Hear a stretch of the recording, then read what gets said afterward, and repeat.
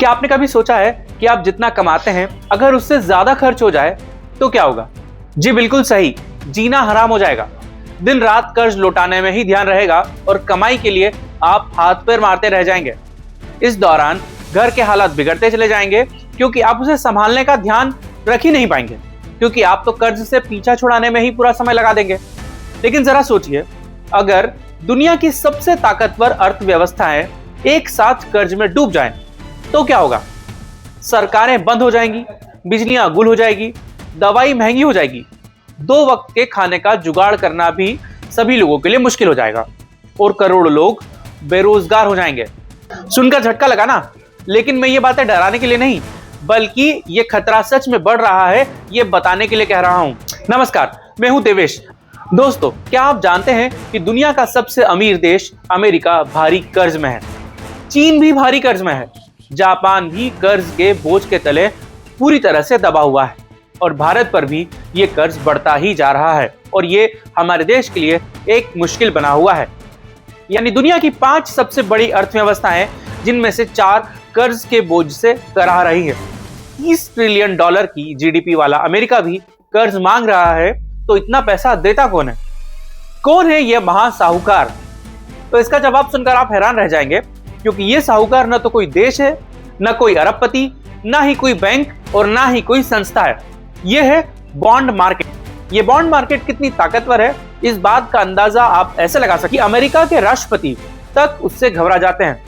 America के पूर्व राष्ट्रपति बिल क्लिंटन के रणनीतिकार जेम्स कार्विल ने एक बार कहा था कि अगर कभी पुनर्जन्म मिला तो मैं राष्ट्रपति, पोप या बेसबॉल स्टार नहीं बनना चाहूंगा, बल्कि मैं बॉन्ड मार्केट बनकर जन्म लेना चाहूंगा।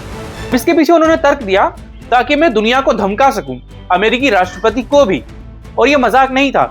2019 में जब डोनाल्ड ट्रंप ने कई देशों पर भारी टैरिफ लगा दिए थे, कुछ ही दिनों में उसे रोकना पड़ा था। क्यों? क्योंकि बॉन्ड मार्केट डर गया था। अब समझिए इस बॉन्ड साम्राज्य की असली ताकत। दुनिया की जीडीपी लगभग $100 ट्रिलियन और बॉन्ड मार्केट $140 ट्रिलियन से भी ऊपर। यानी सरकारें, कंपनियां, नगरपालिकाएं सब इसी से उधार लेती है। पूरी दुनिया एक तरफ और बॉन्ड मार्केट एक तरफ। सीधी भाषा में कहें तो बॉन्ड मार्केट दुनिया को कभी भी हिला देने की ताकत रखता है। भारत हो, अमेरिका हो या चीन, टैक्स से जितना पैसा आता है उससे बहुत ज्यादा खर्च हो जाता है। सड़कें, बिजली, स्वास्थ्य, सेना, इन सब के लिए चाहिए पैसा। और जब पैसा कम पड़ता है तो सरकारें बॉन्ड जारी करती है। लोग, बैंक, विदेशी निवेशक इन बॉन्ड्स को खरीदते हैं, यानी सरकार को उधार देते हैं। सरकार भी उधार लेती है, सरकार ब्याज देती रहती है और समय आने पर मूलधन लौटाती है। यही वजह है कि अमेरिका पर अब $37 ट्रिलियन से ज्यादा का कर्ज है। भारत सरकार पर भी जीडीपी का लगभग 83% कर्ज है। चीन 96% के आसपास। अगर ये देश समय पर ब्याज और लोन न चुका पाए तो इसे कहते हैं डिफॉल्ट होना।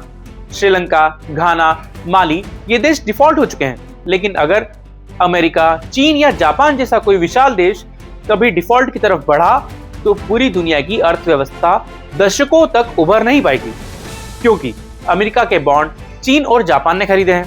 इनके बॉन्ड यूरोप, गल्फ एशिया ने खरीदे हैं। यानी एक देश गिरा तो पूरी दुनिया ताश के पत्तों की तरह बिखर जाएगी। ठीक वैसे ही जैसे ताश के पत्ते एक दूसरे पर टिके रहते हैं, ये देश भी एक दूसरे की अर्थव्यवस्था पर कहीं ना कहीं टिके हुए हैं। फिर इनकी जो कल्याणकारी योजनाएं हैं वो बंद करनी पड़ेगी। लोगों को मिल रहा मुफ्त राशन बंद हो जाएगा, बिजली बिल में छूट, हर महीने मिलने वाले पैसे, सरकारी अस्पतालों में मिलने वाली मुफ्त दवाएं, ये सभी मिलना बंद हो जाएगी। लेकिन ऐसा होने की संभावनाएं काफी कम है, क्योंकि ज्यादातर सरकारें डिफॉल्ट नहीं करती। क्यों? इसके पीछे भी बड़ा कारण है। क्योंकि सरकारें जब चाहें टैक्स बढ़ाकर कमाई कर सकती है। उनके पास जमीन, संपत्ति जो है उसको बेच सकती है और कर्ज चुका सकती है। इसलिए बॉन्ड मार्केट हमेशा चलता रहता है और देशों को लोन मिलता रहता है और इनका भाव रोज बदलता रहता है। समझिए कैसे? कभी 1000 का बॉन्ड जो है वो 1100 रुपए में बिक रहा है, कभी 900 रुपए में बिक रहा है, लेकिन ब्याज वही है तयशुदा। बॉन्ड की कीमत बढ़ेगी तो यील्ड घटेगी, कीमत गिरेगी तो यील्ड भी बढ़ेगी। यानी यहां पर उल्टा गणित है, लेकिन दुनिया इसी से चलती है और यही बॉन्ड मार्केट तय करता है कि आपके बैंक की एफडी का रेट क्या होगा, आपके होम लोन का ईएमआई कितना होगा, आपके क्रेडिट कार्ड का ब्याज कितना होगा। यानी बॉन्ड मार्केट चुपके से ही सही लेकिन आपकी जिंदगी को चलाता रहता है और दुनिया का सबसे बड़ा साहूकार भी आप इस बॉन्ड मार्केट बैंक को कह सकते हैं। कोई इंसान नहीं, यही बॉन्ड मार्केट है। तो बताइए आपको कैसा लगा दुनिया के इस अनदेखे, अनसुने लेकिन सबसे ताकतवर साहूकार का किस्सा।